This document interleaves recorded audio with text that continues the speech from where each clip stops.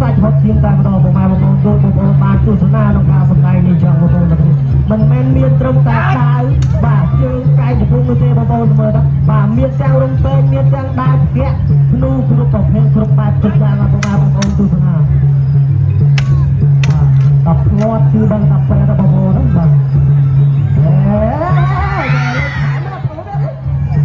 អត់ទៅស្រួលទេវិញនិយាយគ្នាថាអត់ថែមទេតែសំណុំបីទេអាយ៉ាហ្នឹងថែមវិញល្អមែនណាគេល្អដល់គេ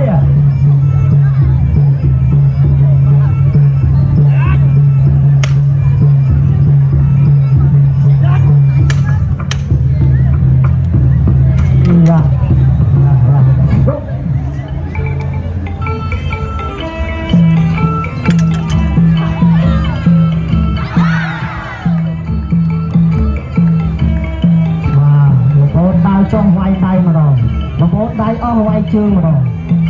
បាទរហូតជើងអស់ទៀតវាទៅក្បែរគ្នាសួរគ្នា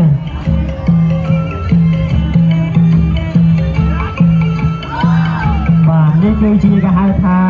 ចំហខ្លាបាទខ្លាចាប់ចំណី